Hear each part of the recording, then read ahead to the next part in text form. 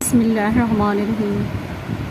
حضرت زینب وہ بیوی ہے جس کی پیدائش کی خبر سن کر تاجدار رسالت خوشی سے جھوم گئے اور معصومہ کو گود میں لے کر پیشانی پر بوسہ دے کر فرمایا، انت زینب و ابن، یعنی تو باپ کی زینت ہے۔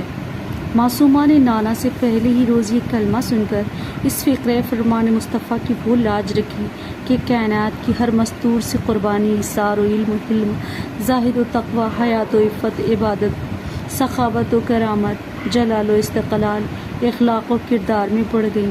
تاریخ شاہد ہے کہ واقعہ کربلا میں بنت بطول حفاظت اسلام میں حسین ابن علی سے کم نہیں، اور ایسا کیوں نہ ہوتا محسن اسلام لسان رسول چس چس کر پلی تھی۔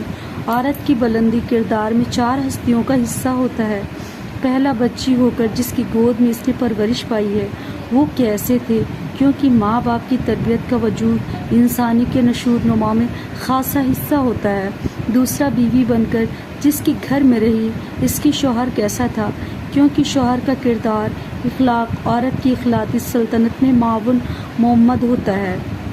تیسرا اس کی گود میں پلنے والے کس اخلاق و کردار کے مالک تھے؟ ظاہر ہے کہ ماں کی گود کا اثر بچے کی تمدنی مشاعراتی زندگی کا رہبر ہوا کرتا ہے۔ محاورہ ہے، جیسی گود ویسی پود۔ اور چوتھا یہ بھی دیکھا جاتا ہے کہ وہ خود کسی اخلاق و کردار سے آراستہ مؤذن ہے۔ آپ ان اصولوں کو ذہن میں رکھ کر صحن عالم میں نظر دوڑائیں کہ ثانیہ زہرا جو بعد میں ام المصائب کے لقب سے مشہور ہوئی، اس کی ماں باپ، بہن بھائی کیسے تھے، اس کا شوہر کیسا تھا، اس کی اولاد کیسی تھی، اور اس کا اپنا کردار و اخلاق، علم و حلم، استقلال کیسا تھا۔